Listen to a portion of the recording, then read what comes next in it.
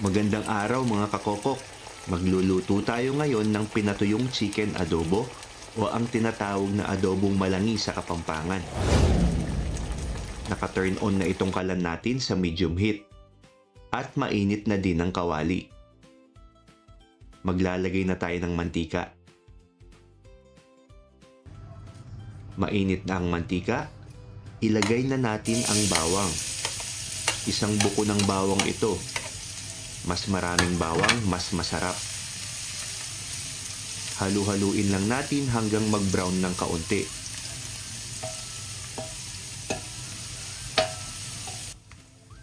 Ilagay na natin ang sibuyas.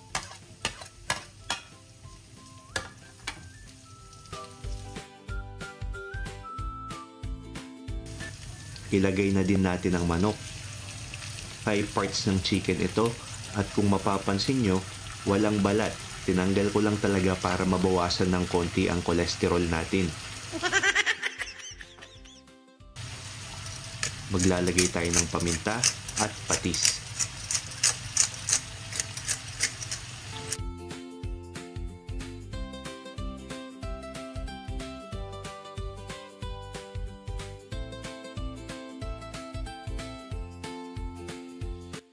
Sasangkutsahin natin hanggang maluto yung manok at lumabas ang sarili niyang taba.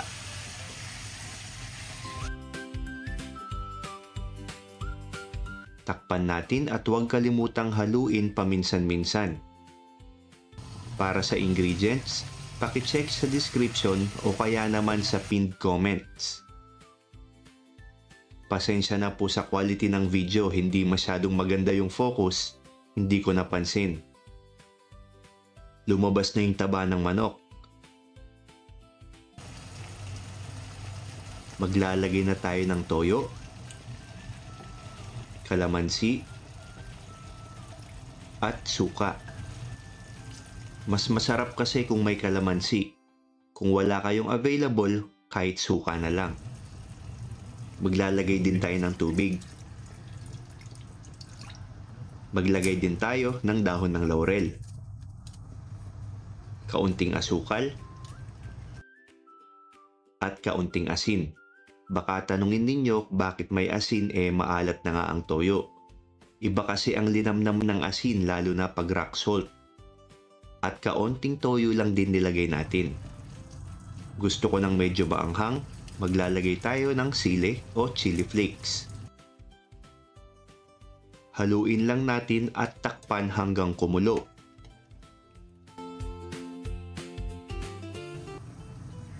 Kumukulo na, hinaan natin ang apoy. As in dapat yung pinakamahina para di masunog.